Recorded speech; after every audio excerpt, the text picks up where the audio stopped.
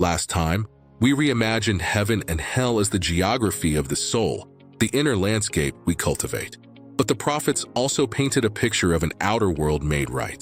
A vision so compelling it has driven history, for both good and ill. It's called the Promised Land.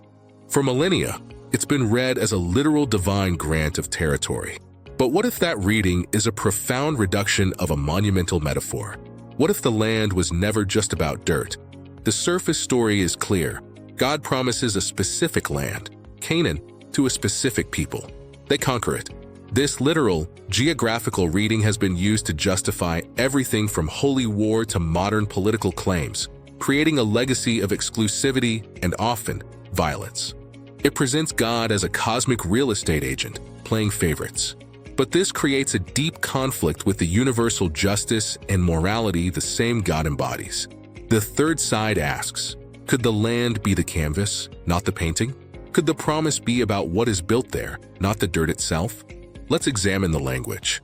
Land in prophetic thought symbolizes inheritance, foundation, and the place of testing and dwelling. A good land is fertile, supportive, a place where life can flourish. And what is this land? Flowing with milk and honey. In an agrarian society, this is the ultimate metaphor for abundant, nurturing sustenance. Milk, the basic nourishment of the vulnerable. Honey, the sweet fruit of collective, harmonious labor. This isn't a soil report. It's a vision of a just, peaceful, and prosperous society. The story is always a trilogy, and the land is only the third act. 1. Exodus, liberation from systemic oppression. This is the prerequisite, freeing people from the pharaohs, the systems that crush human dignity. 2. Wilderness, the difficult, formative period of testing, where old slave mentalities die and a new covenant, a new social contract based on shared law and morality, is forged.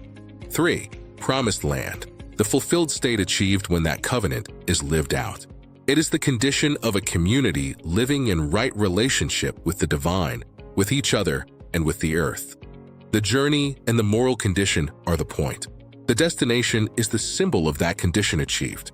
This forces a new reading of the most difficult part, the conquest. Taken literally, it's divinely sanctioned genocide. Read through our third side lens, the driving out of nations is a prophetic metaphor for the radical uprooting of corrupt, dehumanizing systems. Decoding, the nations represent entrenched ideologies, idolatry, child sacrifice, and systemic injustice. A new society based on a covenant of law and justice cannot be built while these toxic systems have deep roots. The conquest is about revolutionary social change. The prophetic books prove this. When Israel later embraced those same corrupt systems, they were exiled from the land. This shows the possession was always conditional on maintaining justice. You cannot hold the promised land while breaking its core covenant. So, the third side truth transforms the promised land from a tribal secret into a universal blueprint. It is the prophetic vision of heaven on earth, a society where the wilderness of one is overcome, where the milk of compassion flows to all, and where the honey of shared prosperity is enjoyed in peace. This is not a Jewish idea, a Christian idea, or a Muslim idea. It is a human imperative revealed through prophetic storytelling.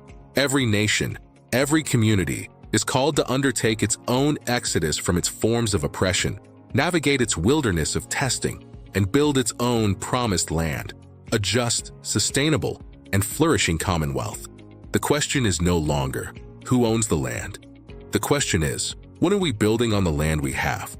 What idols of greed, prejudice, or violence do we need to drive out of our systems? What covenant of mutual care are we willing to forge? The promise was never about dirt. It was always about destiny. Our collective destiny to build a world that looks less like a battlefield and more like a garden. What does the promised land metaphor look like in your community? What systems need uprooting and what new covenants need building? Share your vision below. This third side method allows us to take even the most challenging texts and find the deeper, life-giving truth within them. Where should we apply it next? To the shadowy figure of the Antichrist or Dajjal? What if that, too, is a metaphor we urgently need to understand? Let me know. I'm Geo Explore, and this is Veritas Explore. Stay curious,